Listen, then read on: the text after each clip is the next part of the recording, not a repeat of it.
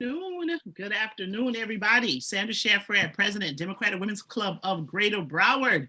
We're back with Race and the Races, our weekly show. We're going to talk about some Biden. We're going to talk about cabinet picks. We're going to talk a little bit about Megxit. It's Women History Month. It's Women History Month. We have our special guest, VP Kalebra Jacobs-Reed. She's about to make some contributions here today. All right, so Sandra Shaffer, President of Democratic Women's Club of Greater Broward. Oh, the other thing was that there was elections yesterday in 5 cities in Broward County, and my city, Miramar, was one of them. So all the incumbents seem to have won. We'll break that down a little bit too. VP Kalebra is the president of the Miramar's Democratic Club, so she's definitely going to speak on that. So I'm going to send it over to my co-host, Narnique Pierre-Grant. Yes, you know, our theme, we've been showing our shirts and all that other stuff. Today, my beautiful co-host has yellow, which really brings out her beautiful face. And I love that color on you, by the way, sis. I'm telling in Amanda Gorman. Oh, yeah, well, absolutely. Well, okay then. Okay, my shirt today says fancy and flawless. That's what we are. I try to do me, honey. Try to do me. But anyway, thank you again for guys for showing up this week. You know, we are trying to keep you all civically engaged because what I always say that your superpower is voting. We had elections yesterday. I'm just excited. I think Sandra mentioned to me that this was a little bit higher than what you've normally had in Miramar this time around. So we're excited about that. All the cities, actually. All the cities. Okay, well, that's great. And so today we're going to talk to Kalebra. Oh, Kalebra, she is out here doing God's work, people. She's out here doing the Lord's work, advocating for students and children with disabilities. I want you to talk a little bit about that. I want you to talk about your background, why you're so strong, why you're such an advocate for that, and what the future holds for what you're trying to do. So take it away. Okie dokie. Hello, everybody. Let me just lift the light here. My name is Kalebra Jacobs-Reed. I want to say good evening to everybody. I am a 22-year veteran teacher, so that's the first thing. If you've seen me before, I might have been your French teacher in Broward County Schools. And I am also the mother and the wife of two, well, I'm a mother and a wife, but I'm a mother of 2 kids with disabilities. I have 2 sons on the autism spectrum. They are in 2 different places on the autism spectrum, which keeps it fun and happy in my household. And so in addition to teaching, I'm also an advocate for children with disabilities. And I'm so thankful for Sandra and Narnique for you having me here today to talk about that and what's going on in the disability community, especially with communities of color. You know, there's so much out there that is available to us, yet most of the time the word doesn't get to us. So I made it one of my missions to make sure that at least in Broward, for families of color who have children with disabilities, I need to be that resource to make sure that you can take advantage of all the things the state and federal government has available to you. And you know, that's from the cradle to the grave, because so many times we also think of, you know, children with disabilities, but children with disabilities grow up to be adults with disabilities. And there is a lot of need in our community for taking care of those children once they are 18, exit the school system, and are trying to get into the job market. You know, what is available to them, for them, what can they do, what opportunities are available themselves to them. And so I talk about that today. And then of course, we've got to talk about this mega election. Over 12,000 voters showed up in Miramar, showed up and showed out. And I just want to give a big congratulations to Commissioner Maxwell, Commissioner Yvette Colburn, re-elected, and Commissioner Winston Barnes, re-elected. Congratulations to all 3 of them and to all of the candidates, because honestly, that's what makes this a democracy. People who see a need and feel a need to stand up and want to run, it makes our city better. Whether you won or lost, it makes our city better. That voice has been put out there, more issues have been put out there, and those who won now know what they need to do to address and help the needs of our community. So I'm so thankful for everybody who was in the race, but very, very happy for those who won. So I'm a mom of a child on the spectrum too, right? Okay. Yes, Okay. yes. So I'm with you on that, and I definitely am happy for all the work that you're doing. You know, we all find our lanes, you know. So I do some advocacy, but I do mine just a little bit different. I'm involved with Autism Speaks. Like, so last week I had on, you know, we had on Hill Day, so I did my participation in that. But the work that you're doing is definitely far more than I do. But like I said, we all have our lanes, all the contribution that we make, we help. So I truly appreciate the work that you're doing, you know, for children in that community, because it benefits my child too. And Yes, really thank you, Sandra. It takes a village. I mean, yes, disabilities is, I said, it's from the time they come out to the time they go back down. It is so full and so many aspects to it. I recently participated in the Florida Partners in Policymaking program, and I am a certified advocate for people with disabilities. I was like, I want to do it too. They were like, oh yes, come on, I will send you an invite. We would love it. I tried to do it, you know, and it would have been cool last year because I usually have to go to Orlando. But yes, and next year it will be online as well. Yes, I need to do it. They were like, no, man, we got enough people.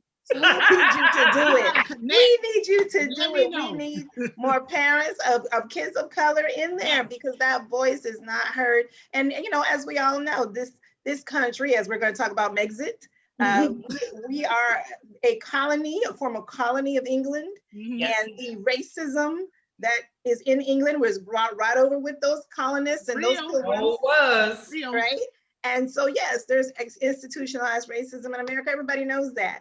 And so, you know, if you're a person of color, you've experienced that. Now lie on top of that, a person with a disability who is a person of color in a country with institutionalized racism. And so there is so much of a great need for advocacy. Yes, Sandra, we will join together. Anything that I can do to help you and you can do to help me, and we will help so many. Yes, absolutely. And so if you don't mind, I'm going to start right into the current bill that we're looking into. And so as part of our advocacy project, each year we have to come up with a group presentation of legislation that we feel needs to be sponsored.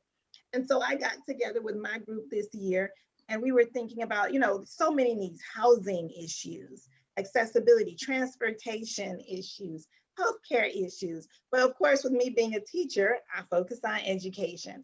And so the first thing you do is you pull out the statistics. And I was sharing with Nainique earlier, did you know, as a parent, and that I actually pulled it up, and it's not 1 in 17, 13%. So 1 in every 13 students out of 100 has a disability. So when your child goes to school, right?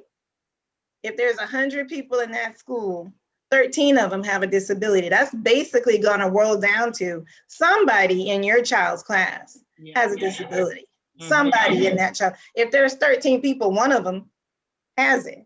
And now look at your child's class, because we all know there's not 13 people in the class, not in Broward County Public Schools. So, you know, you're looking at a class of 26, sometimes 36. You're looking at PE, it might be 46. And so you're looking at 3 to 4 people with a disability in that classroom. And we're talking about mental health issues. We're talking about cognitive disabilities. We're talking about neurological disabilities, physical disabilities. So all kinds of disabilities. And what we've noticed is there's no education around it. There's no education around it. No one knows anything about it. The teachers aren't taught about disabilities. Principals aren't taught. The parents, we're not, I'm the parent of a disabled child. I know what I bothered to find out. Sandra, I'm sure you can completely understand that. It is a journey of you're behind the 8 ball and you got to get caught up. Exactly. And you know, I share my story as a parent, and you know, just to be real honest, my child's disability is the reason my first marriage fell apart. It's the reason my marriage didn't work. And because, you know, 20-year-olds getting married, having a kid, our first son, our baby boy, has a disability, had autism. No one in my family had autism. I'd never seen it, didn't know what to do about it. I think, and I thank God, because I'm a teacher, I was able to notice something was wrong. Didn't know what it was, but you know, I was putting my teacher skills in, and I was like, wrong. Right? And I was like, something's not, he's not responding. You know, put my teacher skills in. But we went to the doctor and they told us, give it a couple months. So Nikki and I also talked about healthcare with kids of color and parents and people of color. But at the end of the day, because I really believe our ignorance on the issue, the blame game came into it, or trying to fix him, what could cure him. And it just broke us down. And unfortunately, we weren't able to make it. And I look back on it having said, now, what if we had learned about that in school? What if we had learned, about disabilities, all types of disabilities? And if we had learned how to interact with people? What if we did have programs like Best Buddies that helped you or encouraged you to have a friend? I think it would have been very different. And one of my colleagues made a comparison, she says, if you're in the grocery store and the fire drill goes off, what do you do? You get down, you look around, you get, because you've been doing fire drills, since kindergarten? Everybody knows what to do in a fire drill. You run outside, you got to escape, you meet up at a place. During a tornado, you put your hands over your head and you get down. This has been drilled into us and it's part of our education. But a child with a disability, right? We could be just as knowledgeable, just as prepared as a society to integrate and interact with people with disabilities, just as we are with the fire drill or the tornado drill and all those things. And so as I started to look into it, and the reason we wanted to have this upcoming bill, not this session, but hopefully next session, we found out 66% of inmates in Florida have disabilities. 66, I was shocked. I almost fell on the floor. 66%? That seems systemic. Yeah. How is 66% of anybody a coincidence? That we need to take a look at that. We got to really take a look at our school to prison pipeline and say, are these disabled children somehow being fed into a pipeline for misbehavior instead of fed into an RTI system where we could intervene and better help them identify a disability and then provide strategies and accommodations to deal with it so that they can stay on a path to success and not on a path to be one of the 66%. So go ahead.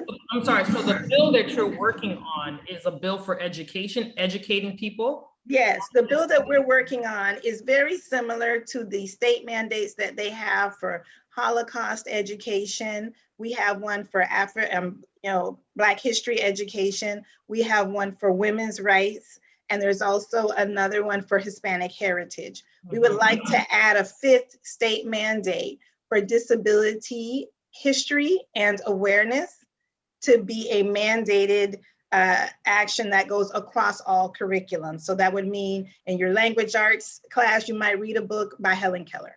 In your biology class, you might examine the brain and look at, where is autism? Is it neurological? Is it, emotional? How does that, is it something that's in the gut? And start looking at that. You might look in history class at some presidents who had disabilities, how Thomas Jefferson had a learning disability. And our current president has a speech disability that he, worked through. We've had presidents with physical disabilities, polio.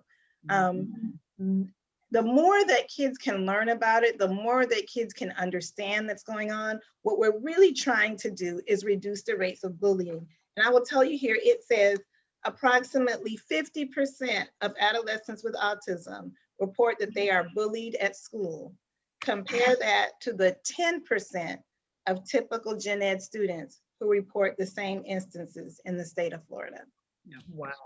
And definitely that awareness is important because and the family may deny this, but my husband, my ex-husband, so he had a niece who who was language delayed. Like she was just, that's all I'm gonna call it. I'm gonna call it language delayed, right?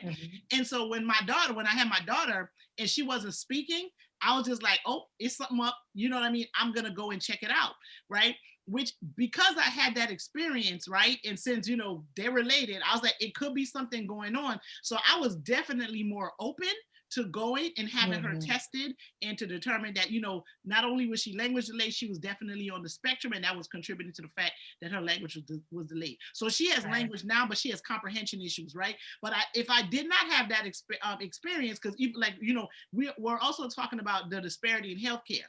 So when we were talking to the doctor, they was like, oh no, it's nothing. It's just that she's hearing too many languages and she can't learn one. Because my parents speak Haitian Creole. I speak English. Their caretaker at the time was Spanish speaking, like all so she was hearing all. They was like, oh no, it's because she's hearing all of these languages and that's why she's not speaking. And because I had that experience with the niece being language delayed, I'm like, no, it's more than that. And I was willing to get tested. So definitely that awareness is important, and it does make a difference in how a parent can move forward, how students can like interact with them, because they understand that it's not nothing. Because I don't like the word wrong, it's just different. And once you figure out how to deal with it, and it's always a new challenge, right? Because as my daughter's growing, it's like I'm like, wait, now.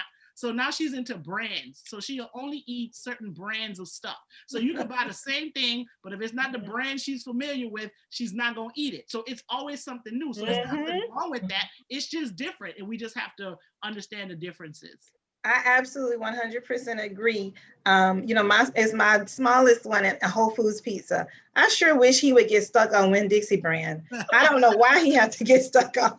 I'm like, why is it that you always want to get stuck on like this high brand? Publix has stuff too. Can we get you stuck on just the bargain? You don't have to have Chex Mix. What if we just do, mix?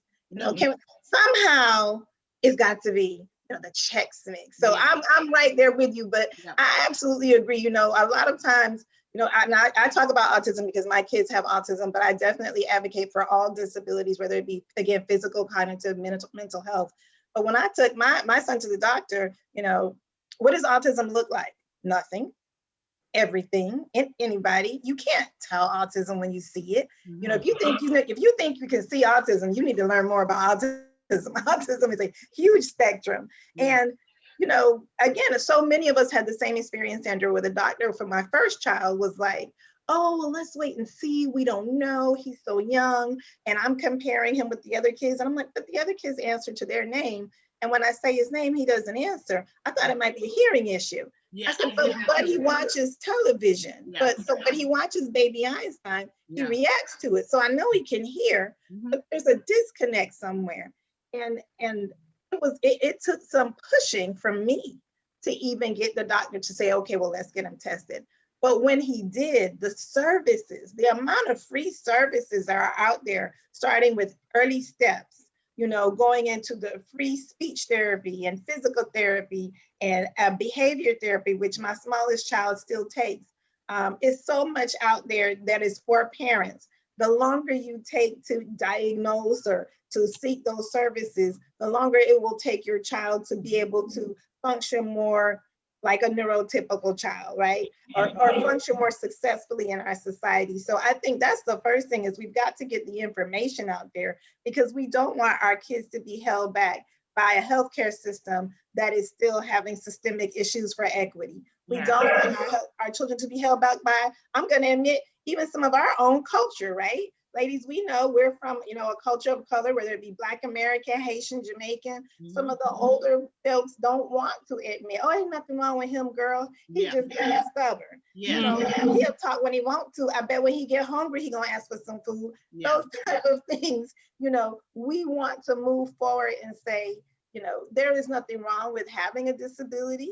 Everybody has strengths and weaknesses. My oldest son is one of the kindest people you've ever met, but you can literally ask him from your house what roads to take to get to Disney World. He can tell you every left turn and the name of every street. I don't know how he knows it. He's like Google Maps is in his brain, right? And so that's his strength because obviously we cannot do that. But if you were ever driving and got lost, you would want Dylan in the car with you, right? And so it's also about capitalizing on his strengths. And it's a constant fight, even in the school system. Even though I teach in the school system, I've had to remove my child from schools where they wouldn't let him take PE because he might get hurt. And I said, well, he has the right to get kicked in the face with the ball just like I did. Why he gotta be so special? You know, or, you know, well, they wouldn't let him take soccer. He couldn't play. Honey, we lived in Weston. I just want to let you know, a lot of them kids not that good. Mm-hmm. You know, that's not their gift. Right. They were just out there to give mommy a little bit of extra time to ourselves. Mm-hmm. Let him suck with the other kids. He has the right to do that. And yeah, and so that is so much of a fight that I found. People think they're doing a favor. Oh, you know, in class, we're just gonna let them, you know, look at magazines. No, that boy better do some projects and learn how to read. And you know, he doesn't have to do the presentation. Yes, he does. He does have to do the presentation. He absolutely does. He needs to learn how to speak up, speak in front of people, because at the end of the day, at 18, I want him to be a productive member of society. Yeah. I want him to pay the same taxes that I got to pay into. You know, I want him to have to go to work when he got a cold and take some NyQuil the night before, get in bed, go to sleep, get up and go to work. Ain't nobody playing games. You don't get to stay home. But in order to do that, we have to have an education system that is more educated about dealing with kids like Dylan. And so that's what the bill is about. It's really about infusing this knowledge throughout, not like one special class, but just making it organic. If I'm teaching French, I'm going to teach about all the different things that you learn in France. And then in a part of that will be one French person who had a disability. Maybe I'll even bring up like Louis Braille and why he made the Braille system. So just something organic, not anything, let's talk about this for a month. I mean, who wants to be talked about for a month? Exactly. Make it organic. And so we feel that that is the best thing that we can do to just start working against these bullying, working against the disenfranchisement. Right now, the UN, I had a stat here that says, it stated that 78% of working age persons without a disability are employed, compared to only 35% of people with disabilities throughout the world. However, when they surveyed those 35% of people with disabilities, they learned that 2/3 of them wanted to work, just didn't have the opportunity. Yeah. You know, and so part of this, we hope, you know, over the years, is also educating our community, helping employers know that there's organizations like vocational rehab that will provide a mentor to adults that will go to work with them every day if need be, and help them learn, until the age of 65. Vocational rehab will provide services. Yes, hearing aids, eyeglasses, but even as far as helping you learn to drive, helping with some housing, like figuring out appropriate housing, and actually on the job mentoring to help you. And, you know, I think so much of that, again, our community doesn't know about. And it's really, I think, my calling. You know, God blessed me with these two boys so that I can enjoy them, but so that I could also go back and help other people in my community who, you know, don't have this platform, who don't know you two amazing ladies. But yeah, to go back and help my community. I just want to piggyback on something you said in reference to Sandra, and Sandra, you could talk about it. So we talk about her kids all the time, right? And so, and I see her interact with her children. I was like, Sandra, you can't, why you she's like, they regular. We don't have time for all of this around here. She's like, I ain't got time for all that. This is what it is. This is how we moving. And she's always been very like, you know, she doesn't let them have any limitations. Like she doesn't let them feel like there's any limitations. She's like, this is what we're doing, and she meets them where they're at, and I just love it. So sometimes I'm like, I need to work with my so-so, and she's like, girl, please. Yes. And the thing is, like, and then what I do tweak it a little bit, right? Because you know how sometimes, you know, like they don't understand idioms, right? So you'll say, because they take it literally. So if I say something and then she kind of gives me this look, I'm like, oh, she don't get that. So I have to explain it, right? Because, you know, because I remember she was doing this thing in class and they were talking about the boy had ants in his pants, right? And she was like, I don't see no ants in his pants. My son did the same thing when my mom told him, oh, that's a hot car. He said, oh, you can't touch it. Are they going to be okay? I was like, no, hot has different meanings. It doesn't really mean that. Right. But yeah, like, It's a blessing because I'm like you, Sandra. I take my kids any and everywhere. Everywhere. It does not, I have taken them to my women's march and have them understand that people need to stand up for their rights. I take them to Disney, to the beach, anywhere you want to go, anywhere you go, we go. Any restaurant, because at the end of the day, the world is neurotypical. Yes. And I have to, as a parent, my job is to get them ready for that world. The more that they can be successful in the world, the better it is for them. Absolutely. I'm into accommodations, but not coddling. Right. And I blended her experiences, right? So she's in a cluster, but her aftercare was, I don't like the word normal, but she did gymnastics, she did dance. You go to regular aftercare and you figure out how to interact with them. They're not going to be your best friends, but you're going to be able to interact. But I did want to tell one funny story about what she did in school. So when they were studying Egypt, they learned about mummies, right? And you know how like the mummies are dead and everything. And then so she, because my dad passed away, and so she was telling the teacher, she's like, oh, my grandpa died. And the teacher goes like, oh, I'm sorry. And she goes like, why you sorry? You didn't do it. Right? So we have to, so that's another one of those things where you have to explain, because then somebody will, because people think like if you just say she didn't understand sorry in that instance was just like, oh, I'm sympathizing with you. It's just that you usually say sorry because you've done something wrong, right? So it's like these are the kind of things that we have to explain. So I am kind of straight up with them, but you do have to, you gotta adjust it, and that's really all it is, that they're just different. And you just have to figure out how to connect and communicate and understand the language from the way they do it, and then speak to them that way. So we had that. And the principal told us, it seems like I have to tell you that we didn't laugh because you don't want her to think that it was okay to talk like that. But she said when she walked out that door, she just started cracking up because she was like, "What you sorry for?" And she was like, "No, sorry also means sympathy, and you sympathize. Right. You're apologizing for having done something." So listen, So-So can't do nothing wrong. Dylan can't do nothing wrong. Anytime we talk to each other, I was like, why you leave that boy alone? Not around here. And then I'd be like, she was like, you make excuses for her all the time. I said, I sure do. It's your fault. Not her fault.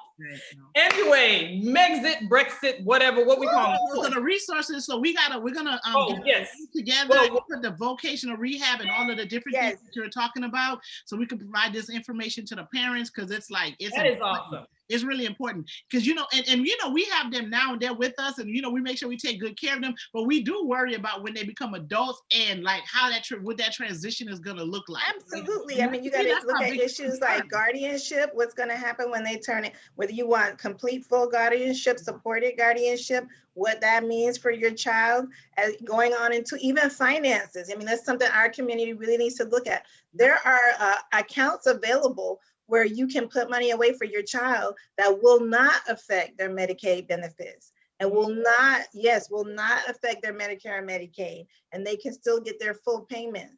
So there's just so much information. Absolutely, Sandra, I will get you that information and we can put something out to the community. More than happy to do that. We definitely have to do something together, because it really is important. Because one of the things I had to worry about, because like when we're in this income, we're like in this tricky space where we don't qualify for like state benefits, and then the regular health insurance don't want to pay for all this stuff, and then you have to decide whether or not you want to spend $1,000 a month on services, or if you're better off putting $1,000 a month in a bank account that they can have when they're grown, because all of these services may or may not really improve their life, right? Because I'm like, well, if I'm paying you for all of this, so like, how can we measure like what the difference that this is gonna make, as opposed to me just leaving this money in the bank? So those are things that I had to struggle with, because I've spent like a ton of money, like on speech and all of this. They create all kinds of stuff that they say, oh, if you do this, and I'm like, I need to be able to measure this, right? Because if I'm getting this much money, and I don't want any guarantees, but I do need to see that it's making a difference, because ultimately I'm probably better off just putting the money in the bank or in something that they can have those, like in 20 years or whatever. It's more than me giving it to you for something that's not going to make the difference. Is going to be really small, because I do have to worry about how she's going to survive as an adult, where she going to live, how she going to pay her bills, all this kind of stuff, So, yeah, we definitely need to. We're gonna put something together and definitely talk about that because I think I would be happy to do you need it. to put like a whole panel together. I think that's because it's important. Because no, seriously, you have to. What are you gonna do for them? Do you buy them their apartment now so they'll always have a place to stay when they're grown, and make sure there's something there that's gonna cover the expenses of that? So these are all things that we think about. Okay, so the explosive Oprah, which wasn't. I was gonna say, should I get my teacup? Do I need my teacup? Yeah, you need to get the teacup. Okay, because I had planned on coming on here and dragging Pierce Morgan for filth, but then Sandra was like, "Yeah, they took care of it." They took care of it. You saw he got up and walked off. He sure did. Walked off. Goodbye. Goodbye. Yes. Bye-bye. I can't with you. So it's high time somebody called it out. It's high. Absolutely. I hurt for her and Harry because you don't want someone to have to live like that just because of their skin color. And these are things that we all have experienced. But in a sense, I'm glad that if she had to go through it, that she was able to speak out. And number one, just give it a name. Let's state it. Let's say what's really going on. And two, for other people who they may not be in royalty, but people who are going through that situation, to say, don't let it get you down. Because one of my biggest things is I feel like a lot of people feel that systemic racism is intangible. It doesn't really, yes, it exists, but it doesn't affect anybody. Right. I mean, she was sitting here telling the story of because of how the system is run, because they wouldn't support her, because they were willing to let her child and her husband have no security. She's thinking of killing herself. She's thinking of, death by suicide. And the mental health crisis that systemic racism can put you under, that I thought was huge. And I was like, so happy that she had the bravery to say it and call it out, because you look at the black and brown communities and they always got high blood pressure because they eat. You know what? But you think that there is no correlation between his systemic racism, living with racism every single day. Absolutely. And your blood pressure, come on, you know? No, and it's real. And one of the things that I heard this morning, it really goes to your point, how people like, what you feeling sorry for her for? She lives in a $15 million house and all of this stuff, and she's married to a prince. It doesn't matter. Ain't about money. That even with all of those successes, right? People still like reducing you to your color. Right? Yes. And your baby. All that other stuff that you have, it doesn't even matter to them. They be like, oh, but you black. Right? And other people are saying like, well, you're rich and you this and it shouldn't matter. It still matters because no matter all of what you've accomplished, and it's nothing wrong. I'm not saying anything wrong being black, but they make it a negative. They've turned it into a negative, right? Like, this is who I am. And of all of the things that's about me, you're going to they said they wanted to change the law so her baby couldn't have a title. You need to change a whole law just because my child is born with some melanin. Wow. Or, when she asked them for help and they say, you can't go get help. Right. I mean, that part, because she was like, I need to, this is where my mind is going. Help me so I can deal with this. And they're like, no, because they're worrying about what it looks like, right? And that to me is like, if you didn't hear anything else, is like someone who came to you on multiple occasions to say, hey, this is where I'm at. I really need some help. Right. And by her own admission, the person she came to was like, I know this is hard. I know you're struggling. I can't do nothing for you. And the question that she asked was, what is your regret? And you know what she said? Her regret was, my regret was believing that they were going to protect me. That was my regret. Believing that they were going to protect me when they said they were going to protect me. And for her to go through all of that just because she is skin color. Yes. She's a Black woman. This is, I mean, people will try to reduce this to all this being saying that she's a narcissist and she's trying to do this and but at the end of the day, she is the only person in the royal family that had so much flack from the Britain media and all of that. But they flack was different. They didn't get no flack. Well, it was just malicious, Sandra. Yes. It was malicious. Yes. It was brutal. It was horrible. I mean, I am in no way comparing my life to hers. When you think you have a bad day, you look at, oh, sweet, I don't have to do that. But, it's when she was saying how, for example, she was they were saying, oh, you're out there too much. You know, you need to dim yourself down. And she's saying, I hadn't left the house in 4 months. Yeah. How can I dim myself down when I'm not leaving the house? Yeah. You know, it reminded me of when I was the vice president of the teachers union. I was the first Black vice president, executive officer of the teachers union. And, you know, people might think, oh my gosh, like, you know, she's the vice president. It is isolating. It is so lonely when you are the only Black person at a level dealing with other people who've never had to deal with a Black person at that level. Yeah. And, you know, I in no way had her experience, but absolutely I had experiences where people said things that were completely inappropriate to me. You know, I remember 2 instances where someone came up to me and said, hi, you know, hi, I'm Kalebra, I'm nice to meet you. And the person's response was, you know, my granddaughter's Black. Okay. And I just thought to myself, do you feel the need to name every Black person you know when you meet Black people? It's right.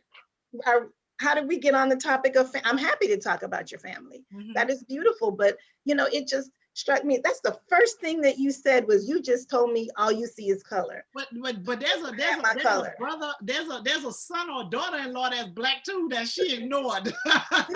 You know, like, you know what I mean? That was a Black person for you to have this Black granddaughter, but she right. that one. And I just thought, okay, like, you know, and then for that to say to that person, you're being a racist, they were not willing to see that. They were not willing to understand that. That's damaging to me. For you to not be able to see me and greet me as a person, that you have to somehow, you know, or they told me, oh, you know, I'm from New York and I lived in an integrated society and I believe in Black power. And I was like, really, sis, you're going really far with this. I really just came to talk to you about some union stuff. Right. And it's incredible, you know, that that's the only connection they think they can make with you. Mind you, VP of the but connect to me as a person. Education, right? You know what I'm saying? We can talk about education. Let's talk about the job. We can talk about we gotta only talk about Black people. Right. But if you notice every interaction, and I don't know, for me, when dealing with white people, most of their interactions, they have to try to find something to be able to relate with you rather than just dealing with you off rip, right? No, but they can relate to you on a professional level, but they don't want to do that part. They want to go talk to you about Black stuff. You be like, I probably don't even know. You probably know more Black stuff than I do. You know what I'm going to tell you, Sandra, there was one time I remember sitting in a boardroom and we were talking about putting out a message for the winter break, you know, because the union puts out a message. And they were saying, well, we're going to put out something for the winter break. Okay. And then they said, Kalebra, why don't you tell us about Kwanzaa? Well, I don't know about Kwanzaa. My family is strongly Baptist. My grandmama don't play games like that. But why are you asking me? Why do you assume that, I mean, well, and that's the thing. That's the assumption. There's nothing wrong with Kwanzaa. And actually one of my coworkers who was a white guy chimed in and explained what it was about. But it was, again, just being singled out because of my color. Instead of saying, is there anyone in this room who knows anything about Kwanzaa? We really want to know more about it. We want to acknowledge it. I did appreciate wanting to acknowledge something from my culture, but I am not like the representative of Black people. I'm Kalebra. I say that all the time. I am not Black Google. Y'all need to stop. Yes, I need you to see me as a person. And I feel like in some ways, you know, bringing it back to Megan, when she was telling of her struggles, I feel like so many of us Black people have been in situations where we are somehow just only seen for our color and not truly seen for the people who we are. And that limits us. It limits our contributions. It is damaging to our psyche because, you know, all of us are learned, we're degreed people. We want to be seen and admired for the hard work we've put in, right? And so, you know, what the point, what gets me about it is that when they're reducing you to a color, right? They're basically, since you've made certain level of successes in your life, right? Like you've gotten degrees, you've gotten jobs, you've done all this. They're basically saying, well, your color ain't stop you from doing all that. So like, why are you saying now that your color is a problem, right? Because they figured if you've rose to that station, that your color didn't prevent you from getting there. So your color can't be a problem. And I'm like, it was struggle. It was a whole struggle getting up here anyway. So that assumes that it was not extra work that I had to do in order for me to get where I am, and that my color wasn't like but for my color, I may have been even further along. Right. Right. So you could be president. They said, well, your color didn't stop you from getting here, so you can't be acting like your color is a hindrance, and those things are not mutually exclusive. And that's what when I said, and that's when I said to you earlier today, I said, is we damned if we do and we damned if we don't, right? So when someone says, oh, well, why are you worried about her? She got a $15 million house, and Tyler Perry put up for 3 months, and her husband's a prince, and he got his mama's money or whatever. One has nothing to do with the other. Right. Bottom line is we have systemic racism throughout this world, not this just work this to do as a world, right?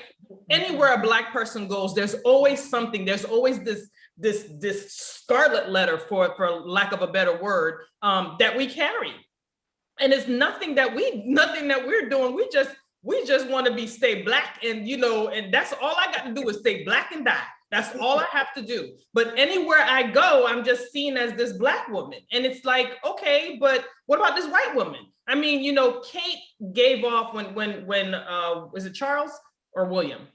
Who, her husband? William married a commoner, because Kate is a commoner. She ain't nobody. Oh, Charles married Diana. Yeah. Okay. And I guess William married Kate too, right? Kate is a commoner. So I'm talking about William, the older brother. Okay, yes. William married Kate. She's a commoner. She ain't nobody, right? Well, so I'm just trying to. She didn't have. She ain't nobody. Okay, she ain't nobody. She a commoner. Okay, she not up in upper echelon world with them.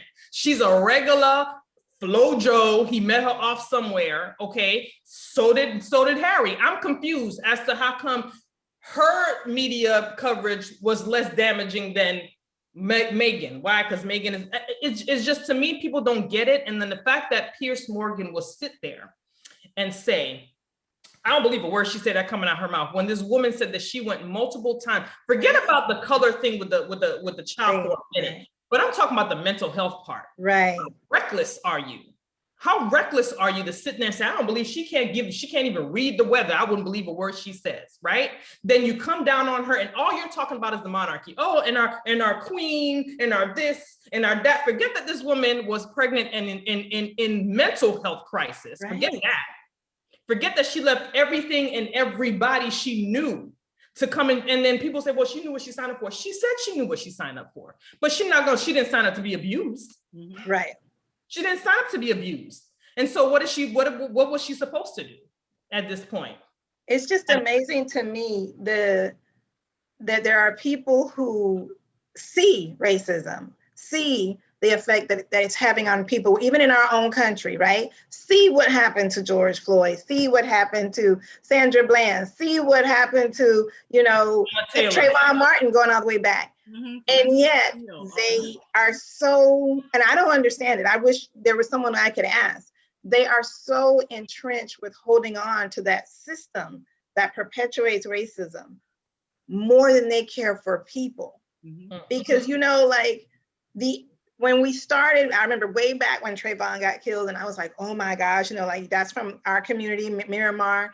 And then it just seemed like it kept happening. And I was thinking, well, but this sets a pattern. And as we become more tolerant, there's more of a pattern. And if you study human beings, there's also going to be a backlash. Mm-hmm. And if we care about our country, then we can't let any one group of people be preyed upon by the institution. It just seemed to me so strange that there's no regard for human life and human existence. And we say this is the land of the free, and we believe in life, liberty, and happiness and freedom, but yet there's no regard for anyone. The system is more important, even though the system is destroying the people who live in the system. But they don't see you. Strange to me. I think that, but that's the thing, they don't see you. Like, you're not seen as human. That's what it is. Because I don't know if Nanique was talking about that woman where the cops had broke into her house and she was naked. Were you talking about that? That was a story you were talking about earlier. Like there's 10 cops in this house, and this Black woman has on absolutely no clothes, and no one thinks to cover her up. That's because they don't see her, right? Like they're not seeing her For 20 minutes. Right. For 20 minutes. For 20 minutes, it's a small apartment. I mean, if you saw the video, it's a small apartment. There's not much to to figure out and find. But for 20 minutes, this woman repeatedly told them, you have the wrong house. What's going on? She screamed out what she does for a living. She stated that she's a law-abiding citizen. For 20 minutes, she went on a rant, and no one thought to say, hey, this woman is naked, let's cover her up. That's number one. Number two, then you turn around and you add insult to injury, and you tell this woman she need to calm down, stop yelling at you. Yeah. You bust through her door. She don't know what's going on. You don't, and then you leave her home. Didn't they handcuff her while she was naked? Yes. No, they handcuffed her. Yeah, while she was naked. No clothes on. No clothes on. No clothes on. And this woman is crying, upset. And it's not after 20 minutes. The film went on for 20 minutes. If you've ever been in a place for 20 minutes and you standing somewhere naked for 20 minutes, that is a long time. I ain't standing nowhere naked for 20 minutes though, I'm just have to say. So, I mean, I ain't trying to make light of it, but I can imagine, that's for 20 minutes. And then you finally take a sheet off the couch and you don't even cover her up properly. You don't give her an opportunity. Once you've cleared the room or cleared the home, you don't even give this woman the dignity to go put her clothes on. They saw right through her. Had this been a white woman, she would have had clothes on before they even put handcuffs on her. They would have thrown a shirt on her back. They would have believed it when she said it wasn't her, even if it was her. So okay. And so then it goes back to, this is Women's Month, right? National Women's Month, National Women's Month, yeah. And if you notice on my Facebook, I just been posting all my Black women, and I did that on purpose, because while we were not considered in the beginning of women's suffrage, we have shown time and time again, even after the abuse, even after white women left us hanging, we still were like, this is what we're doing. We're going to get it together. We're going to galvanize together, and we're going to do it for everybody. And that is a testament of our nature as Black people. When you talk about slavery, 400 years, Sandra mentioned that, and she was saying something to the effect, what were you saying, Sandra, that, if we were going to do something. I want to take credit for it, but I can't think of who I need to give credit to, right? So I just watch stuff, I get it, and I should start having a notebook to write things down so I can give proper credit to people who's in. Exactly, I agree. I'm gonna say that it's not mine. So what he was talking about, he was talking about how this is a time of reckoning, and white people are they keep doing a lot of what they're doing because they don't want to give up their power, because they're afraid that if people of color are in control, that they're gonna treat them the same way, right? They're gonna treat them the way they treated people of color. And the guy was like, it's been 400 years. We ain't do nothing.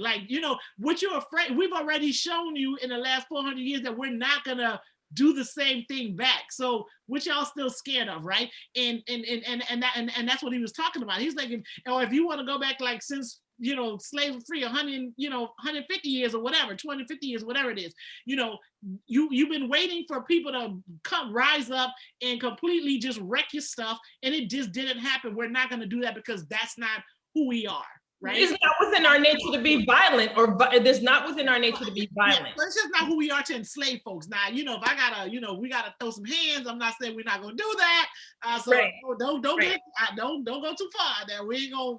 Well, we're not in our. It's not in our nature to be violent like that. Folks, yeah, everything they did was unprovoked, right? It was unprovoked violence, and it was sinister, and it was obscene, and it was just the level of violence that they put on Black people. You can't even we can't even comprehend that. That is not within our nature. If we had that, it's in our nature to rise up against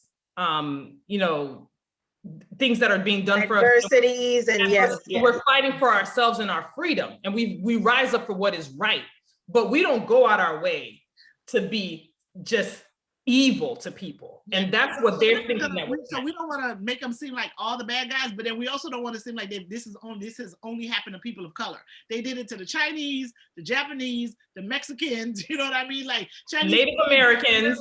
When they were done, they was like, it's time to go. Japanese came, you know, they worked them, got what they want, and then they put them in internment camps. Mexicans came, helped them rebuild out west, and they was like, y'all got to go put them all on a plane and like sit them back. So it's not only people of color, you know, so we built, you know, we started building it, and they got other folks. No, you're right. It is people of color, because it's not people, it's not white Europeans. It's all people of color. So Asians, Native Americans, that's all of us, right? And so from the Native Americans, they just took the land from the Native Americans. Oh, but then they disseminated them. That's what they did. Well, Kalebra was talking about about putting that adding, you know, people, children with disabilities or folks with disabilities into curriculum. We need to be careful on how that's added, right? And this is what I mean.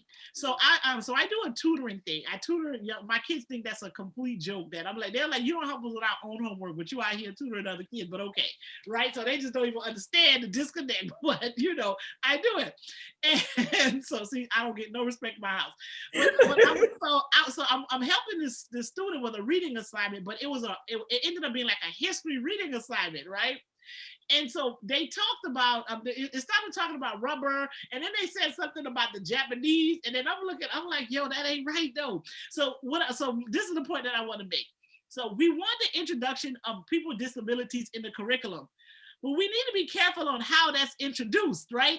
Because the way they were talking, I'm like, that ain't even how that happened, right? So the way they was telling this I think he might have been a 7th grader or something, about like some of what the Japanese did, and because they said something about they were talking about World War II and how like the Japanese did whatever. It was something. And I don't want to get into it because I want to completely talk bad about school curriculum. But the way they talked about the Japanese in World War II in that particular lesson was wrong. It was not right. It was not accurate. It was just. It was like, I was like, why you acting surprised? Why you acting surprised? I'm not surprised. All I want to say is Kalebra's working on adding this information to the curriculum. It's one thing to have it. You're right. You don't want them to just add it. You want them to. It has to be with fidelity. Yes, it has to be with fidelity and accuracy, and it has to be with equity. Like, you know, even the people who are represented, we don't want to only choose all people from a certain race or all people from a certain gender. We don't want to overemphasize like physical disabilities over cognitive or vice versa. And also, I think it's really important to put in people who struggle with mental health, right? Because that's also been something that has been so poo-pooed with our country and our society. And you know, again, 13%. So somebody in your child's class is struggling with mental health, and the more that we stay ignorant about it, the more that we fail to educate, the more that you're isolating that person, and that is not good for that student. And just as we saw, unfortunately, in Parkland, and it's not good for the rest of the school either. Yeah. Right? That child's health impacts your child's health. Yeah. That child's learning impacts your child's learning. Oh, sorry. I'm sorry. Go ahead. I'm talking over you, but it has long-term effects and it's generational, right? Because sometimes people are like, oh, that's just one incident to this person. But those things carry over. They carry over, especially if there's some trauma associated with it. It doesn't end in that moment. It like lingers and it goes on, and it can go into a whole nother generation. And it can teach your child how to have friends, or you never know, your own child might, you know, depression is sometimes physiological as far as the chemistry of your body. A lot of women have issues with depression after they have pregnancies, right? Because we hear about that. If we were to learn about even a little bit about it as teenagers or when we're in school, that might help many women later on in life. The same thing with men. You know, they say, oh, men go through the midlife crisis, but that's actually a physiological change in their bodies. You know, a lot of men struggle with anxiety and depression during that time. That needs to be normalized. That's not something that's odd and crazy, and that's something that is a normal physiological change in your body. And for some people, it may have ramifications on their mental health. And if we understood that, we could work with it. It would help save families. It would help save jobs. It would help promote friendships and get rid of this bullying and intolerance. I mean, right now, what I'm realizing in my advocacy is ignorance promotes fear. Yeah. And I hate to say it, but that's just human nature. Ignorance promotes fear. I don't know it. Ooh, that's different. I don't like that. And I mean, I guess at some very basis level, that's just how people are. So we have to educate them and help them to understand. If you see an autistic kid doing like this is called stimming. That's just sensory input. It doesn't mean anything. Yeah. There's nothing's going on. Nothing's about to happen. They're just doing that. Like you tapping your foot. And when I was a kid, I used to do this. My mom used to always tell me, stop wringing your hands, Kalebra, stop. I don't know. It was just like this little thing I used to do. And she yelled at me so much, I don't do it anymore. But some people suck their thumb. That's all of that is just trying to find sensory input. As people learn, when you make it and normalize it like that, they're like, oh, okay. All right, well, no big deal. Right. And so, and again, not just the children, the educators need to learn this too. How can we be expected to have these fully integrated classrooms free of bias when nobody has taught us about it? And it's not the school board's fault, it's the education system we grew up in, right? And so it's just, the change has to start somewhere. And I think now's a really good time.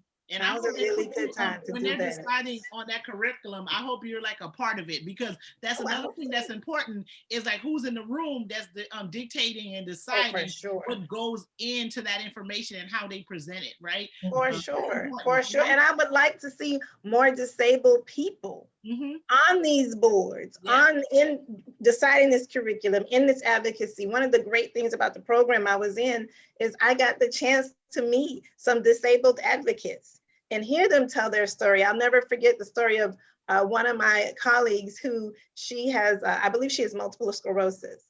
And she tells her story about how it's such a struggle, but because of her physical disability, people interact with her like she cognitively can't understand what she's saying. She knows exactly what you're saying. There's nothing wrong with her cognitive function. It's her physical, and her speech can be slurred, and her movements aren't as fluid as maybe ours are, but her thinking is 100% the same as all three of us. And I thought, wow, can you imagine being able to think and understand, and everybody just treats you like you don't? That sucks. And we can do better as a people. We can do better in Broward County. We can do better in Florida. And that's why I'm so happy that you are helping with that. And then again, it goes back, we're tying it into the civically engaged, that she reached out to her representative. She reached out to her representative. Go ahead. Can I give him a shout out? Because I love me some Chevron Jones. Okay. So Senator Chevron Jones, his office has been so helpful. They came in to hear our presentations, and we are currently working together to see what we can do to try to bring this to light, to try to bring this to fruition. Senator Jones is not just Johnny come lately. I have been meeting with him and talking to him for years, and he has shared some of his own struggles. And I'm just so thankful to have him to work with. I'm also working with Stacy, who's over the Florida Autism, I forget the name of it. Florida Autism Network, I think it is. And there's a couple of other people, but I had a representative from Congressman Alcee Hastings' office also come. They've been so supportive.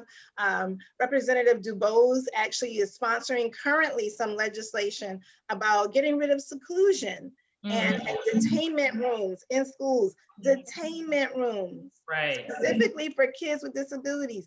What is that? If I know you have a disability, is that, because what we call that is jails on the outside. That's what we call it. 66%.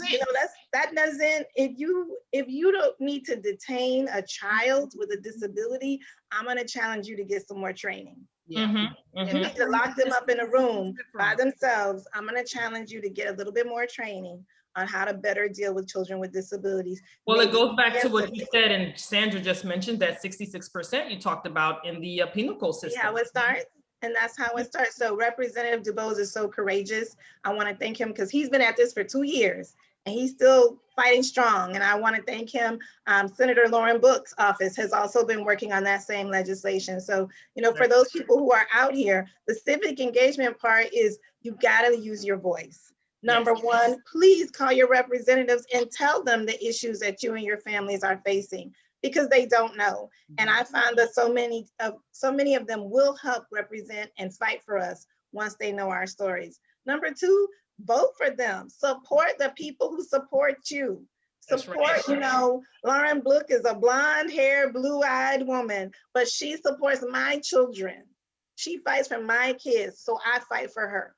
And we need to make sure we do that in our community, is that we need to make sure we start supporting the right people and the people who put an extra hand out to help us, the people who, you know, do a little bit more in the community.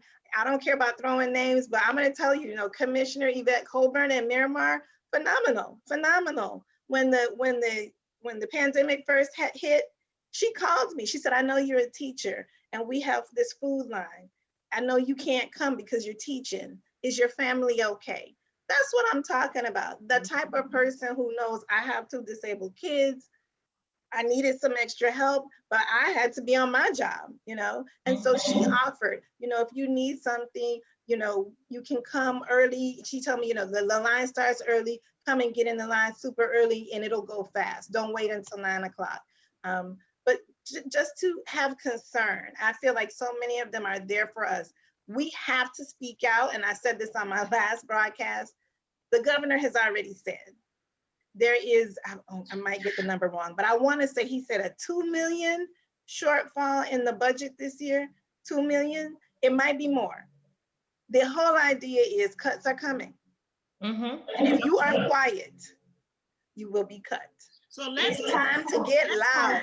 Okay, so let's hope the $1.9 trillion package that was just passed, that signed by, went through the House and is going on Biden's desk, will come to Florida and address the shortfall, or the, you know, so there won't be any cuts, because that's why that was important that those 2 guys from Georgia got over there, because if they weren't there, this wouldn't have happened. Right. Absolutely. Georgia. So, and that's speaking up and, you know, and making sure you're voting your interests. That's what these are the kind of things that happen. So hopefully, since this, he's going to sign this $1.9 trillion, you know. I hope so. I hope so. Money will come to Florida. And, you know, Florida has access to a whole bunch of money that they don't want to, because they don't want to do the ACA stuff and, you know, all of this nonsense, right? So if the governor does claim that there are cuts, it's because he's refusing money that the president is unfortunately, and that's what we're working with. If he does do that, that's just yet another reason why he should not continue to be the governor. And that's our vote too, right? If somebody's not taking funds that can help you and your family, that's not your person. I don't care what they look like. That's not your person. And you need to vote for your people. Stuff. If they're not doing what's good for you, I mean, you can't get stuck on this party line stuff. That don't put food on my table. That's not providing the therapy my kids need. Absolutely. It doesn't. Party lines has been such a constant issue with us or whatever. But what you all, and I think we all agree, is if you're not doing what you're supposed to be doing, I'm going to be voting for the person who's going to do for me. Because at the end of the day, these elected officials, they do work for us, right? And the good thing is about speaking out, yes, and then also holding them accountable, because we all have to work together to make this happen, right? So the wonderful senators and the commissioners that you mentioned, those are, you know, the few and far between that we have. I mean, we have a lot of great elected officials. It's just that they don't hear your voice, and you're right, they don't know. If you don't tell them, they wouldn't, you know, they don't know. So it's important that we stay civically engaged. And yes, you can reach out to them. Yes, they are available. Yes, they have phone numbers. They have emails. You can call them. They have office hours. Don't be afraid. Call them for whatever. Right. And if they don't answer, there's someone in their office will. Because I did have, and I live in Miramar, and I'm telling you, like, I'm mad at it, right? I used to claim Miami for a long time, but I'm really not mad. I live in Miramar. So there was an issue with a construction on Pembroke Road, right? And they were doing some pure nonsense. And so I called Messum's office, right? I called pissed. I was like, yo, this is some foolishness. And I feel sorry for the kid that was on the phone, but he kept his cool, right? He kept his cool. He listened to what I had to say. He said, I'll take care of it. He told me to go to Public Works, told me where it was, who to talk to. I did that. And as God is my witness, 2 hours, like less than 2 hours later, that matter was resolved. The next day when I came, they had, because they didn't have a sign about when the construction was going to happen. So I got stuck in some construction taking my kid to school, and I was not happy about it. I was like, y'all don't even have a sign up. Da-da. There was a sign there they had solved it that morning, and there was a sign there the next day to tell you when to avoid public. Exactly. I think you know what it is, Sandra. So many times we feel like our issue isn't big enough. I think so many people of color think like, oh, well, these are legislators. You know, they're doing the big stuff. They can't be worried about this construction on my road. No. That's what they need to worry about, the construction on your. I used to feel the same way. Oh, you know, these are just my 2 kids. And you know, nobody, that's my problem. No. Guess what? When I started getting involved, I found out the issues I'm dealing with, so many other parents were dealing with. So guess what? He needs to hear about my 2 kids. To hear it. Yeah, he needs to hear about my 2 kids. Because if he can help Dylan and Caleb, he's actually helping Sandra's daughter. He's actually helping Nikki's kids. He's helping everybody's kids. Because when you make it a better school environment, when you provide more education, that's not hurting anybody. I mean, this is a bill that has very little economic impact because it's just giving information that's already out there. Even tell the truth. It's not a new class. There's no new textbook. Be inclusive. Enriching the education that's there with more inclusive facts. That's right. And listen, your governor has an email and a phone too. So he can take calls too and phone calls too. So all these we're in session right now, legislative session. There are some very pivotal bills that are being put out there that is very harmful. It's our responsibility to let the governor know this won't fly with us. And the voice of the people is always bigger than the people who rule, right? Because it's always about the people. It's not the people who are ruling. Is the people. Period. It's not those who've been elected. So if you're not going to say anything, they're not going to do anything. You saw how quick they moved when it came down to after the shooting. Granted, it was a really tragic thing. However, the people were like, "What are we doing?" So y'all just gonna let this happen? I think they're going to about that protest bill on the 16th next week to HB1. Yes. Yeah, we need that. That needs to go. That's part of the American Constitution. Great. Like the right to have free protest. Like, how are you going to outlaw our constitutional right to protest? So, you know, but we have to be vigilant, because if we remain silent, they will. Look at what's going on in Georgia right now, trying to reform all the voting rights, putting all these extra rules. It's almost like 1950s, 1960s all over again. You gotta do this, you can't do that, you gotta, you know, we have to stand strong and we have to be loud. Your voice has to be heard. That's the one thing I tell people. Your vote is your voice, but your voice is your voice too. That's right. Be heard. Elections have consequences, as Sandra always says. Elections matter. And I'm telling you, 2022 is literally several months away. And we can literally remove the governor that we have now, because we're the ones that make the decision. You got to do it. All right, so last final word before everybody goes. Everybody gets to get a last final word. So Sandra, if you want to go, or Kay, if you want to go, you can say your last final word. That there was an election yesterday. All of our incumbents won, which I'm happy with, the people that are running Miramar, but I'm also very happy that they didn't run unopposed. Right? Because I believe people are supposed to work to keep their job, right? Especially those type of positions. So I'm glad to see that they didn't run unopposed. And I definitely want to give a special shout out to Carrie Ann Nesbitt. She really put in that work. She got out there, she worked hard. She didn't win. Maxwell won. But I definitely put in that work, and I'm happy, I'm happy with who we have. And I believe if someone else won, we would still, because we have a really great city. But I'm definitely one of those people, and I've said it before, that I don't think anyone should run unopposed. If you see that there's a need in your community, get involved, right? Put your, just do it, right? Don't be scared to run. So I was definitely glad to see that, and the turnout, and I was happy to see the turnout. for the Very nice. I like that.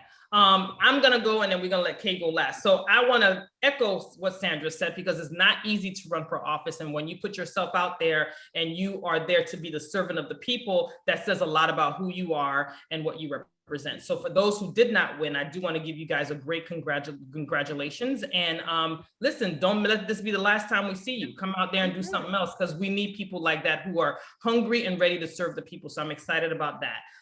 Next thing I want to say, I love us. I have to constantly say this. I love us. I love Black people. I love our community. And I love that we are really now, because I guess we can thank Trump for that, being very much more civically engaged than we normally are. So I'm really happy about that. And I just want us to continue on this momentum and not stop, because we got to keep our foots on their necks, because we still need to have equity and we don't have that yet. Okay. And my final thought is, please, please, please, with everything in me, wear your mask, double up, do your social distancing, please. Don't cough on nobody. Wear your mask when you get out the car. You could take it off when you get back in your car, but just please wear your mask. We've lost 500,000 people. This is not a joke. 500,000 people in a space of 5 to 6 months is a lot of people. And for the families out there, and there's so many, and it affects our community more. I just want to send my condolences, and I'm always constantly in prayer, but please, please, please wear your mask until we know it's safe to not do that anymore. So I'm hoping and praying that happens. And Kalebra, close us out. Oh my goodness. All right. First of all, I have to thank Sandra and Nikki for having the opportunity to be on the show. I really appreciate it, ladies. You've got a great thing going here. And I want to thank you for taking your time to bring your voice to our community. For all those that are listening, the first thing, again, as a mother, I want to encourage you to do whatever you need to do for your kids and reach out. I'm available at the letter K, Jacobs-Reed, all one word, kjacobsreed@gmail.com. You can email me. There's never too late to ask a question. No question is a silly question, but you don't know until you know. And raising a child with a disability is a lot of extra work. And so we need to join together and be there to help each other through this. For my community, Miramar, you did that yesterday, 12,000 strong. I am so happy. Yes, yes, yes. As the president of the Miramar Democratic Club, that was my goal, to get the information out, to get people to come out, and your voice has been heard. The people who you wanted have been elected. And I encourage you to don't let that be the end point. As Nikki and Sandra have said, keep in touch with your commissioners, touch base with them, let them know what you need. You're in historic Miramar, you're on Island Drive, you still having trouble with trees, give somebody a call. Don't stay mad, call them, hold them accountable.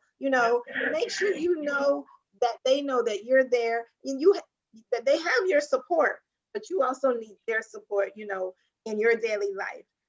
And the last thing I want to say on the pandemic is one thing that we don't really pay attention to is the lasting effect of the pandemic. Having had COVID myself and struggling through long haulers, I can tell you the disability community is about to grow. This is not a flu that comes and goes. This is something that stays with you. And there are going to be so many more people in our community that need support because of having had COVID and gone through this. So we have lost too many people, but we probably have twice as many who are struggling living with COVID. Yes. And we can't forget that. We need to make sure that they have somewhere to turn, and we start creating an infrastructure where they can continue to be successful members of society. So as Nikki said, mask up, please mask up, and stay safe, right? Stay safe. Get your vaccine if that's what you're gonna do. And if you're not, take extra precaution. But we all gotta be here for each other. Remember to vote, remember to speak out. Yes. All right. We appreciate you so much. So Broward did their thing. There's an election in Miami, in Dade County on April 13th. So that's the next set of elections. So they have committees. I know Coral Gables is having, so they have some elections in Dade County on April the 13th, just like we did. So it's not only presidential elections, there are elections happening all the time. Stay engaged with your city and to find out what's going on and definitely participate. One last thing, Kalebra, can you please say, the one person said in the chat that they wanted to, can you repeat the organization that you just did your certificate from? It's called Florida Partners in Policymaking. and I can definitely give you also the information to put in the chat. We are currently in the intake process. So if you're out there and you're interested in going through a 6-month certification program, I highly recommend it. I highly recommend You it. should go, Sandra. Now that you Sandra, know, you must go. You have to go, Sandra. No, you're gonna go. They won't reject you this time. They won't do it. They won't do it. And this year will be online. Typically, you do have to go to Orlando for each of the sessions, but this year it was online, and the upcoming year they will continue to be online. So that does provide some flexibility for a lot of people who would not have been able to travel. Absolutely. Highly recommend it. Please look into it. Absolutely. Awesome. Thank you so much, Kalebra. This was really great. And I am so excited with the bill that you're working on. I really, really want to be able to be part of it too, whatever you need. So, research, whatever you need me to do, I'm all for it. And I know Sandra is loving it too as well, because it's really important that we have this in schools, and I'm so excited. So please keep us posted. So we can That's my thing. No, because for real, like they'll be like, "Oh, we gonna do it for you," and then they do it, and it's nonsense, Do it right. and it becomes detrimental. It's not true. I'm reading some of this stuff they teaching my kids, and I'm just like, I'm gonna let you learn this to pass your test, but we about to have a whole nother conversation afterwards, right? So I'm serious about that. Like, do it, but you gotta make sure they do it right. Don't let them just maybe you need to have a seat at the table too. So we're gonna bring you to the table. We got to bring you to the table because they need to do it right. No, I'm all about being right. Yeah, listen, and it needs to be done right in order for us to benefit better from it. So I'm really excited about that. Can't wait. All right, so we're signing off. We'll see you all next week. Happy Women's International History Month. Next week, Nikki might have to handle this herself. My twins turn 12. Yes. Next Wednesday. So I don't know if they're gonna let me have no hour to do no shows. No, honey, no, that's their day. You can't take away their day. Not the twins. I know how that's gonna go. 12, child, they're almost 13. Yes. Almost teenagers. Ooh. I'm telling you. All right, well, you all have a good night. Good night. Good night. Take care. Bye, ladies. Thank you. Bye. Bye-bye.